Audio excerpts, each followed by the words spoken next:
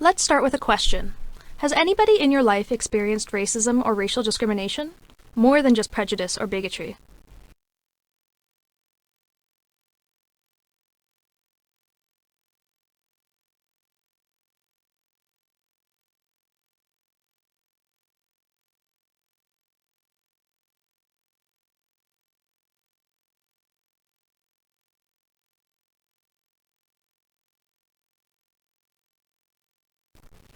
This course has 3 sections. In the first section, we will cover the history of racism in Canada. In the second section, we will talk about the forms that racism and racial discrimination can take in people's lives. In the final section, we will talk about ways to identify and address racial discrimination in your life.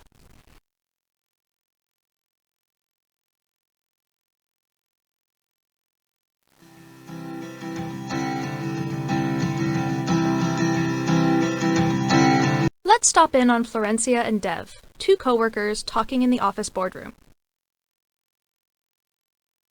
You hear Steve got promoted to Human Resources Manager? Yeah. I thought you were next in line for a promotion.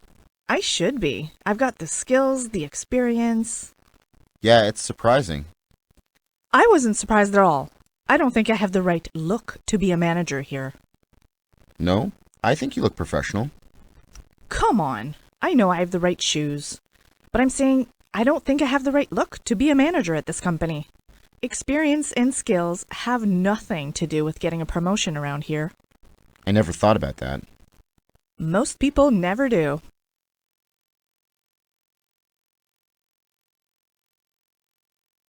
The reality is that racism has been around for a long, long time. It's deeply rooted in Canada's colonial past. The effects of the inequality and the trauma that racialized people faced in the past still linger in modern society. This is especially evident with social and economic differences.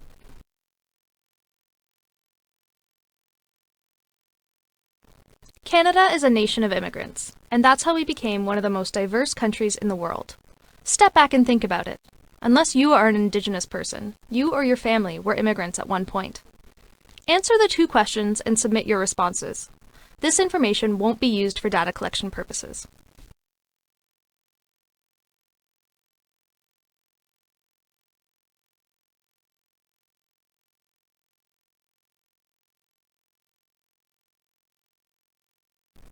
It doesn't matter if you arrived in Canada yesterday or many years ago.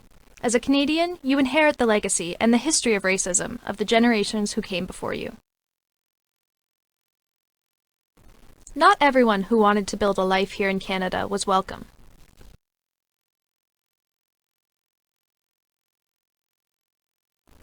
Between 1628 and the 1800s, 3,000 people of African ancestry who were enslaved in the United States were brought to Canada and forced to live here in slavery. Slavery is one of Canada's best-kept secrets. While Canada was also the destination for the Underground Railroad, generations of African Canadians faced overt discrimination in unemployment, housing, schools, churches, restaurants, hospitals, and public transportation. The last segregated school in Ontario didn't close until 1964.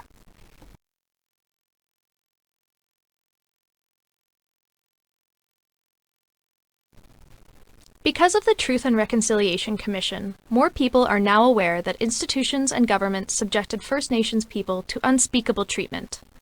From 1886 to 1996, 150,000 First Nations, Inuit, and Métis children were snatched from their families and forced to attend residential schools, where they endured isolation, denigration, and abuse.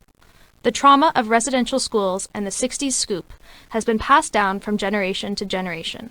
It's a legacy that is still being felt today.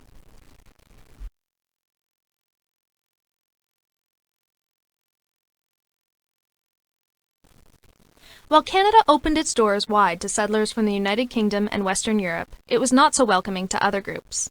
From 1881 to 1884, 17,000 Chinese laborers came to work on the Canadian Pacific Railway. Once it was completed, costing many workers their lives, Canada introduced a series of head taxes that applied only to Chinese immigrants. After collecting $23 million in head taxes, from 1923 to 1947, Canada shut the door to Chinese immigrants.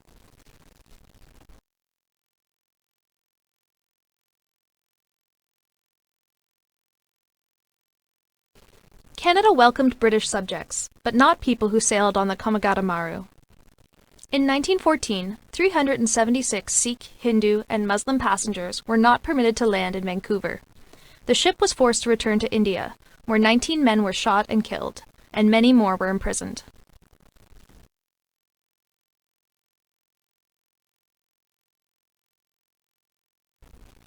Discriminatory immigration policies applied to would-be immigrants on the East Coast. In 1939, Canada turned away the MS St. Louis, an ocean liner carrying over 900 Jewish refugees. Forced back to Europe, about 40% of the passengers later died in the Holocaust.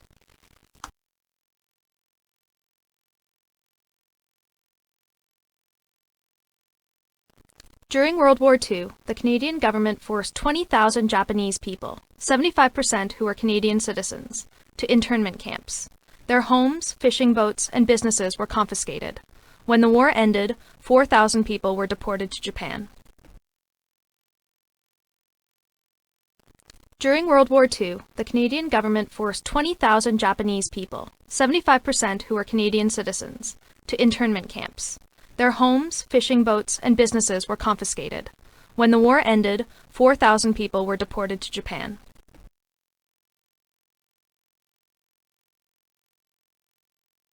After the war, Canada continued with its preferred list of immigrants. That list favored immigrants from the United Kingdom and Western Europe, and excluded people from racialized countries in Asia, Africa, Latin America, and the Caribbean.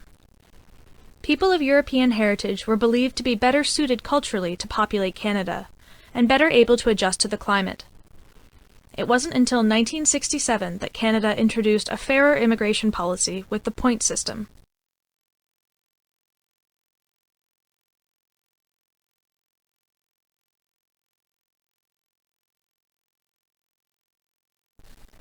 Racialized people have faced major disadvantages, culturally, socially, economically, and even politically, because of discrimination.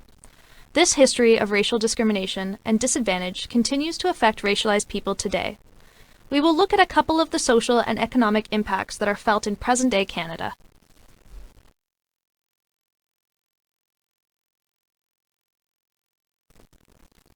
Subtle and systemic racial discrimination are still deeply embedded in many institutional cultures, policies, practices, and procedures. This becomes more apparent when we look at employment trends. Youth aged 15 to 24 who are not racialized have an unemployment rate of 16%.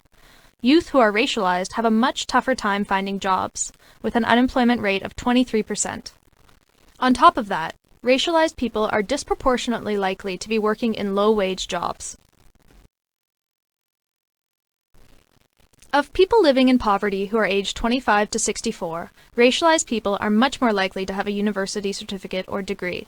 In fact, 32% of racialized people living in poverty have a high level of education, compared to 13% for non-racialized people. Couple this with the fact that 22% of racialized people live in poverty, twice the rate of non-racialized people, and it becomes apparent that the impacts of racial discrimination are still being felt today.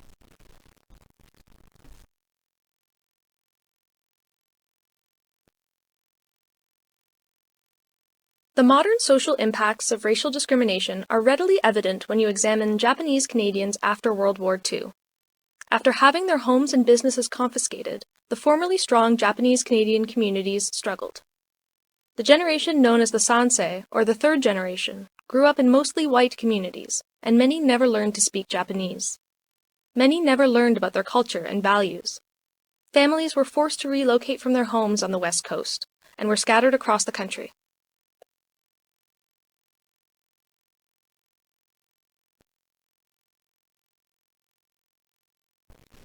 Canadian history includes some ugly chapters where racism and racial discrimination made life and death differences for many people. At the same time, there have always been people with the courage to speak out against racial discrimination and to force change.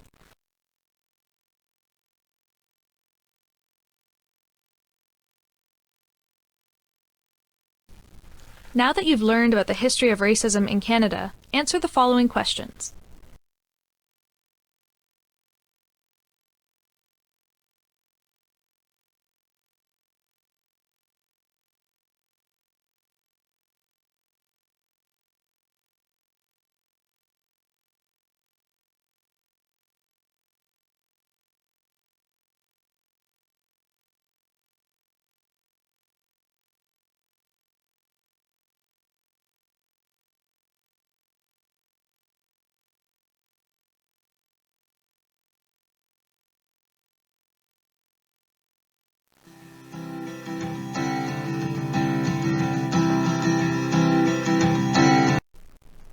Let's check in on Deb and Florencia, who are discussing an upcoming meeting.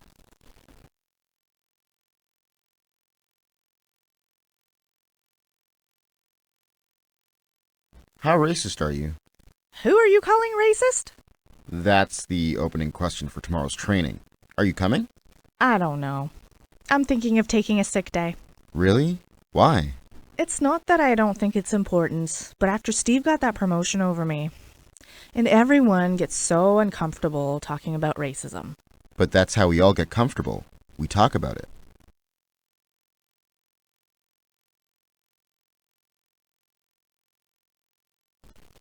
How comfortable are you talking about racism? Would you recognize racism when it happens? How about racial discrimination? To start, let's go through the following race-related terms. Race, racialization, racism, racial discrimination. They may sound the same, but their meanings are not.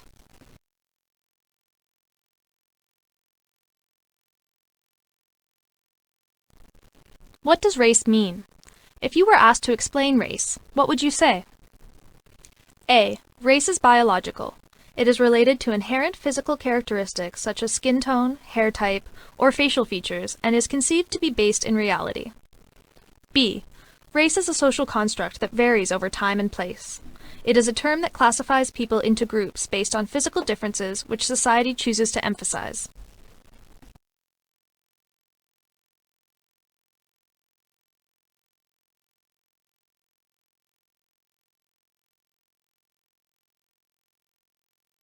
You're right. There is absolutely no legitimate scientific basis for racial classification. Now that you know race is a social construct, you might be curious about how it is constructed. That process is called racialization. Racialization involves connecting traits and attributes to people based on perceptions about their race. Can you identify which features could be used to racialize a person?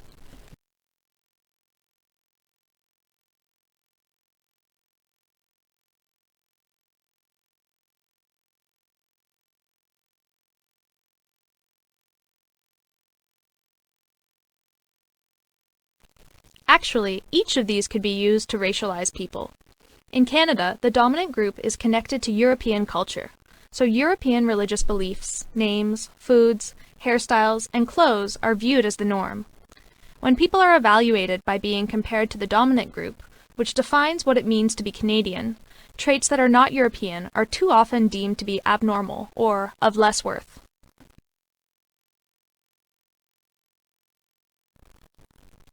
Making assumptions about people based on perceived traits is known as stereotyping. Stereotyping involves using social categories such as race, color, ethnic origin, creed, etc. to acquire, process, or recall information about others.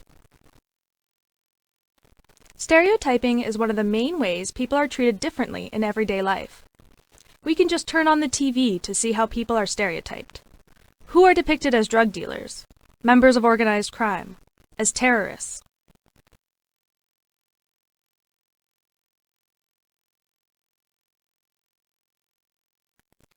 The flip side of racialization is called white privilege and involves treating whiteness as the norm. This can lead to consequences for people who are not white. White privilege disadvantages racialized people in many ways. For example, members of the dominant culture are rarely seen as foreign. They are less likely to have to explain where they come from, even if they are new arrivals. They are also less likely to be seen as a threat by shopkeepers when out shopping, are more likely to be depicted positively in the media, and are more likely to be considered a good fit for a job without having to explain or show their abilities. We've gone through the meaning of race and the process of racialization. Now let's consider racism and racial discrimination.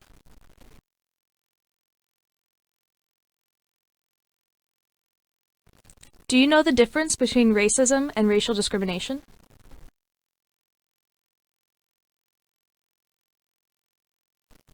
Many people think they mean the same thing, but there are very important differences. Let's take a closer look at these concepts.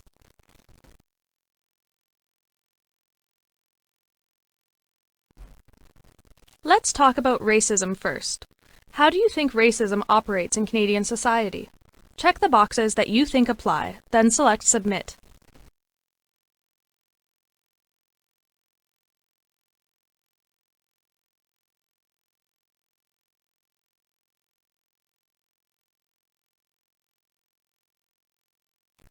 That's not quite correct. Racism can take many forms in Canada, including every answer listed.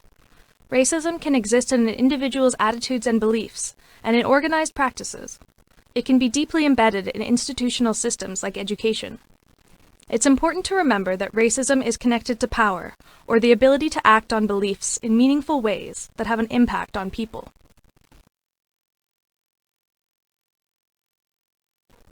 Racism can occur at 3 levels. The individual or interpersonal level, which includes everyday racism that happens with speech, glances, or actions. Or at the institutional or systemic level, involving organizations like governments and the education or justice system. Systemic racism can be unintentional.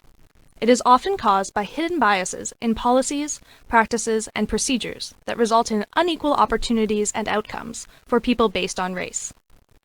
For example, a government adopts economic or public housing policies that, even though unintended, relocates and concentrates racialized or Indigenous peoples away from the city's economic center and into areas with fewer resources, transportation, and job opportunities. As a result, neighborhood schools become increasingly racially segregated. The third level is societal, which involves all of a society's institutions, political, economic, and social, as well as a society's dominant culture or ideology. Societal racism is often popularly expressed and ingrained through widely held everyday stereotypes or prejudices. We see a lot of this in the media. Racial discrimination is a legally prohibited act. It happens when any distinction, conduct, or action, whether intentional or not, is based on a person's race and has the effect of imposing burdens not imposed upon others.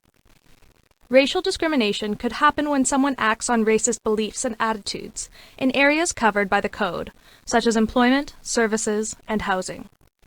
To be considered racial discrimination under the code, it has to be more likely than not that race was one factor in the adverse treatment experience.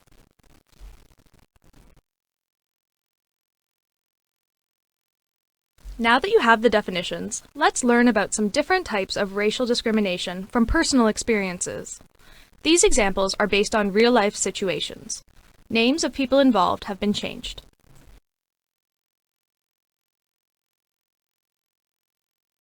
This is Desmond. He's come for a flu shot at the walk-in clinic. Next. Health card, please. Here you go. You need to renew your card. Oh man, really? Hearing this, the white woman in line behind Desmond has a realization. Uh-oh. My health card expired 2 weeks ago. There is a place you can get it renewed down the street. They'll have the forms for you there. Oh, okay, thanks. Next. Health card, please. As Desmond leaves, the woman in line behind him steps forward. Sorry, my health card is expired, but just by a little bit. I'll make an exception, but get it updated. Desmond wasn't treated particularly rudely, but could this be considered racial discrimination?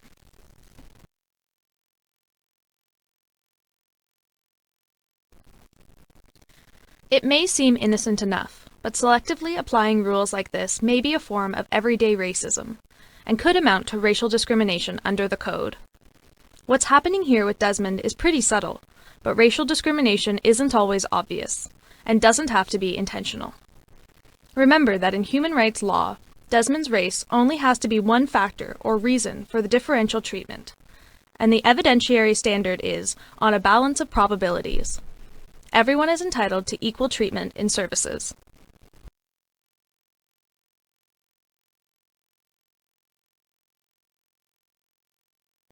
This is Monique. She just got a new job, and so she bought some new work clothes. As Monique leaves the store, she's stopped by a security guard. Hold on there. I need to have a look in your bags. Oh, what's the problem? Show me what's in the bags, please. I've got the receipts. Here, have a look. I saw you shopping in the lingerie department, but there's no lingerie in these bags. Where are you hiding it? You think I'm stealing? It's best to cooperate. You can come with me to the security office and I'll call the police. While we're there, call your supervisor for me.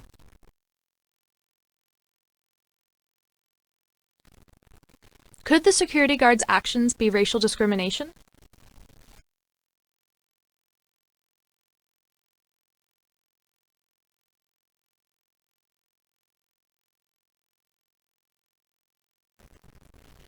The security guard's actions could be racial profiling if Monique's racial background was a factor, real or perceived, in his decision to stop and search her. Racial profiling is about actions that are taken for reasons of safety, security, or public protection. It can occur when actions are taken based on stereotypical beliefs about race, color, creed, or other race-related grounds, and when those actions result in singling out an individual for greater scrutiny or different treatment. What other factors can compound racial profiling in this case? What if the police were called and the responding officer received instructions that included the message, "Adult female for shoplifting"?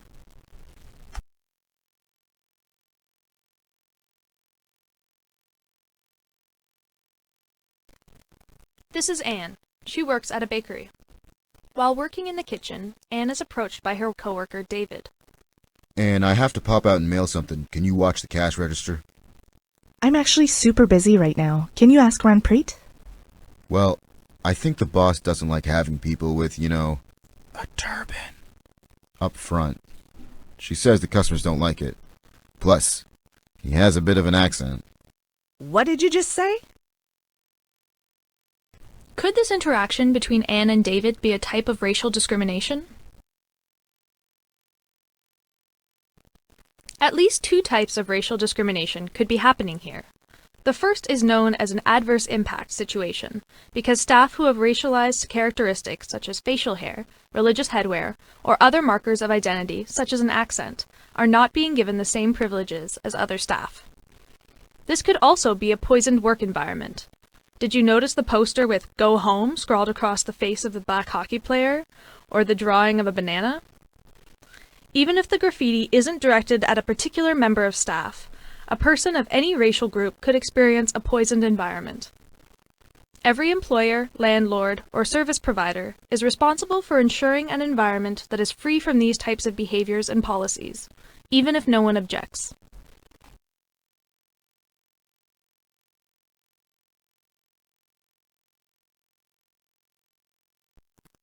This is Hank. He is a manager and is reviewing job applications with his assistant. All right, I've narrowed it down to these 3 candidates. I've got their resumes here. Whatever you got. Okay, first up, we've got Joanne Lynn. Is that Joanne Lynn or Joe Allen? Sorry, it's Joe. Z-H-O-U. You can see there she's got pretty good experience and basically all the skills we want. Alright, I'll think about it. Who else do we have? Okay, this one is Martel King. Again, Hank looks over the resume. He was really good in the phone screening, good soft skills. What do you think? Well, look, you know me. I'm happy to hire anyone, but some of our biggest clients are a little old school. I don't want to hire somebody who's maybe going to cost us an account. He might just not be the right fit. Okay, the last one is Becky Winters. Basically the same deal. Relevant experience, seems pretty sharp. Hank looks over the resume, but this time with more interest. Okay. Well, let's bring this Becky in for an interview. If it doesn't work, then we'll figure something else out.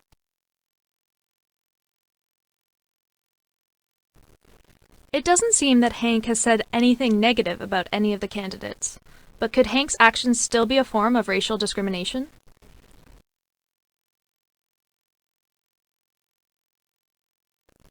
Hank's behavior here seems subtle, but could still be considered to be racial discrimination. What may be happening is systemic discrimination. Systemic discrimination is about patterns of behavior, policies, or practices that are part of an organization's social or administrative structure that create barriers for racialized people. In the workplace, systemic discrimination often includes a pattern of discriminatory behavior across the organization that the organization fails to address. Systemic discrimination can include excluding racialized people from formal or informal networks, not giving equal chances for training or development to racialized people, Managers treating racialized people differently. Assigning less desirable duties or jobs to racialized people. Seeing racialized people as confrontational or insubordinate when normal differences of opinion arise. Seeing normal behavior as aggressive when a racialized person is involved. Penalizing a racialized person for not getting along with others at work when discriminatory attitudes or behavior are causing the tension.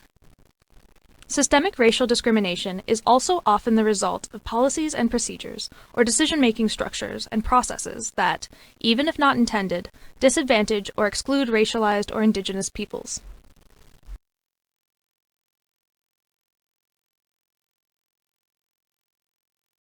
This is Shayla. She just called 911 and asked them to come to her grandfather's unit at a First Nations housing co-op for a medical emergency. They should be here any second. The police are the first to arrive. In here, I think my grandfather's had a stroke. Sir, what's your name? Can you look at me, sir? Ma'am, did he take any substances? What? No. Can you understand me? English? He can't seem to talk. It's okay. Calm down, ma'am. EMS will be right here. Where are they? The officer calls into dispatch. Dispatch, I've got an elderly male here, non-responsive, possibly intoxicated. Let's have an officer at emerge when we arrive in case we have a problem. Patient is a big guy.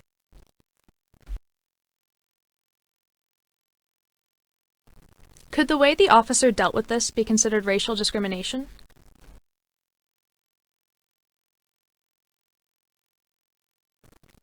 Shayla's grandfather lives in a First Nations housing cooperative, and the police officer assumes, based on stereotypes, that intoxication may be involved, or that Shayla or her grandfather could create problems at the hospital.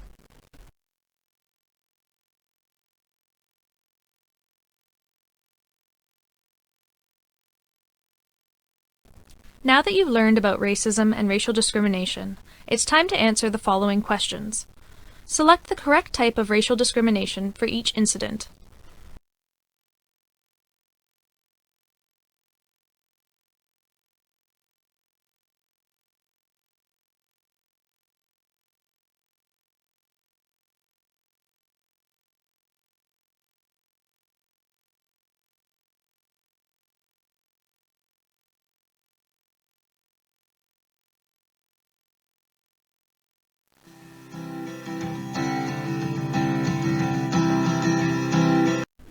Racism is a subject that many people don't feel comfortable discussing. Learning to recognize racism and how racial discrimination operates is one way to make the discussion easier, and from there, to put measures in place to make sure that everyone has a safe and healthy workplace that is free from racial harassment and discrimination. Before we finish, let's stop in for a final visit with Dev and Florencia.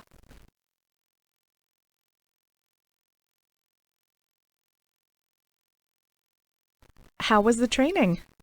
Well, the training gave me a lot of insight into the promotion you didn't get. There are many different ways people can be advantaged and disadvantaged based on their race alone, or in combination with their age, creed, gender, or other code grounds. It wasn't so obvious to me before, even though it was happening right in front of my face. But where do we start to make it all stop? Part of that job is figuring out how to get to the core of the organization, its policies, its practices, the way decisions are made. And organizational culture? Like the portraits hanging in the boardroom? Organizations can combat racism and racial discrimination by reviewing policies, practices, and decision-making for systemic racial discrimination.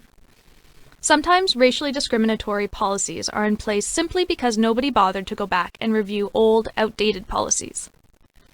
Another way to address racism and racial discrimination is to review organizational culture, such as patterns of communication, interpersonal relations, and social networks. When lines of communications are open and equal for all, it creates an environment that helps promote inclusiveness. Additionally, collecting and analyzing numerical data can help fight racism and racial discrimination.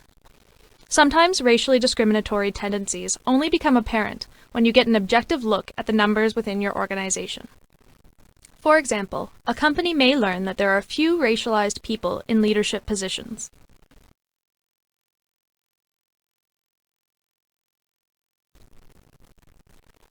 One common approach to combating racial discrimination is an anti-racism strategy. These strategies actively acknowledge and proactively seek to eliminate racism and racial discrimination. This approach could include 1. A comprehensive anti-racism and anti-discrimination vision statement with a strong anti-racism policy and procedures to ensure accountability. 2. Monitoring. Data collection should be undertaken where an organization believes that discrimination, systemic barriers, or the perpetuation of historical disadvantage may potentially exist. 3. Implementation strategies with clear and measurable goals and objectives. Anti-racism requires fundamental changes to the structures and systems of organization. 4. Ongoing evaluation is needed to ensure that the anti-racism program is effective.